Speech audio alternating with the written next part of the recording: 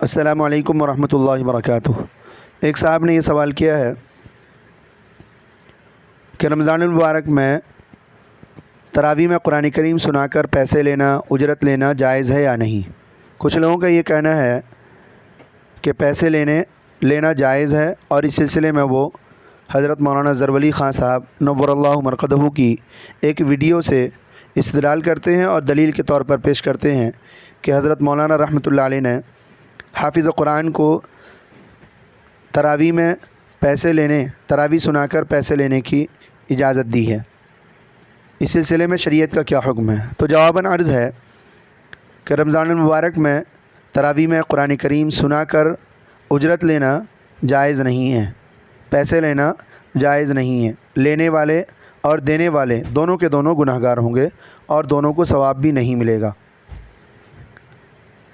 اور اس سلسلے میں جمہور علماء کی یہی رائے ہے۔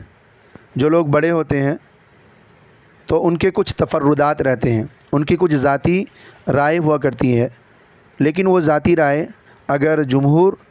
علماء کی رائے کے خلاف ہو تو علماء کرام کا یہی فیصلہ ہے کہ اس ذاتی رائے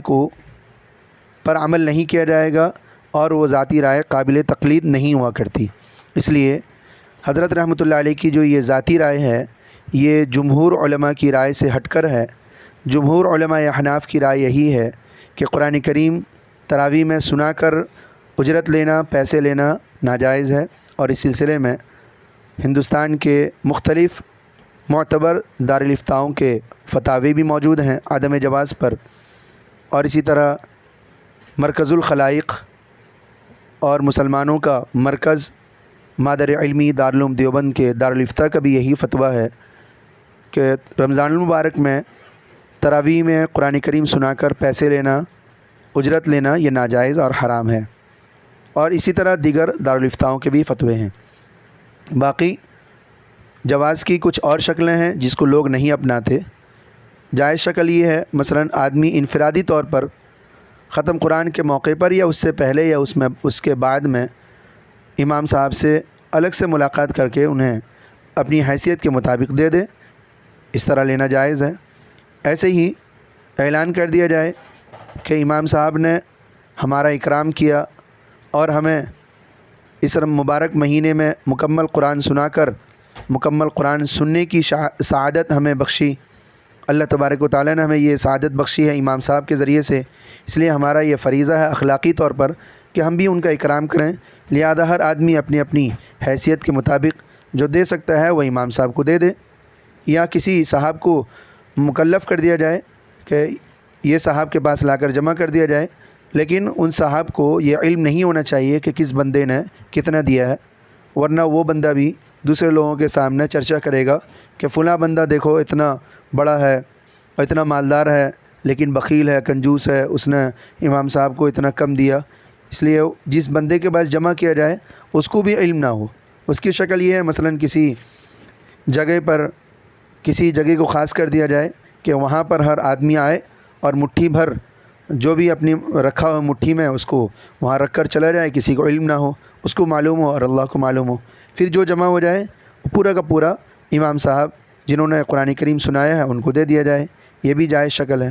لیکن یہ شکل بہت سارے علاقوں کے اندر ہے کہ بستی کی طرف سے، محلے کی طرف سے یہ فیصلہ ہوتا ہے باقاعدہ کہ ہر گھر میں جتنے بھی لوگ شادی شدہ ہیں، بڑے ہیں، وہ اتنا اتنا دیں گے، مثلا کوئی 200،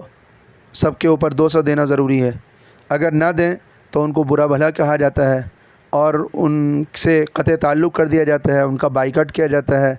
اور ان پر طعنہ تبصرہ کیا جاتا ہے۔ یہ شکل ناجائز اور حرام ہے، اور عموماً جو قصبات ہیں، جو گاؤں ہیں، محلے ہیں، ان میں یہ شکل چلتی ہے۔ اس شکل کو دور کیا جائے۔ اگر یہ پیسے جمع ہو جائیں تو جمع کرنے والا بھی گناہ گار ہوگا، اور امام صاحب کو دیا جائے اور امام صاحب کو معلوم ہے تو امام صاحب کے لیے لینا بھی ناجائز ہے۔ بہانے بنانے سے کچھ نہیں ہوگا، شریعت کا جو فیصلہ ہے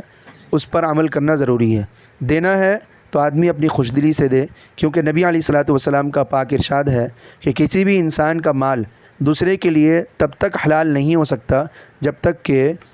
وہ بندہ خوش دلی سے دوسرے کو نہ دے، اور پریشر بنا کر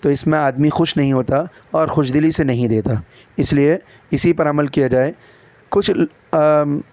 ہو سکتا ہے کچھ مفتیان کرام ایسے ہوں جن کی رائے الگ ہو، لیکن ایک دو مفتیان کرام کی رائے یہ نہ لائق تقلید ہے، نہ قابل حجت ہے، اور نہ ہی اس پر عمل کیا جائے گا، بلکہ اس سلسلے میں دارالعلوم دیوبند کا جو فتویٰ ہے، دارالافتاء کا جو فتویٰ ہے، اور اسی طرح بن نوریہ ٹاؤن وغیرہ کے جو فتاوے ہیں، مختلف دارالفتاؤں کے جو فتاوے ہیں، ان پر عمل کیا جائے گا۔ والسلام علیکم ورحمۃ اللہ وبرکاتہ۔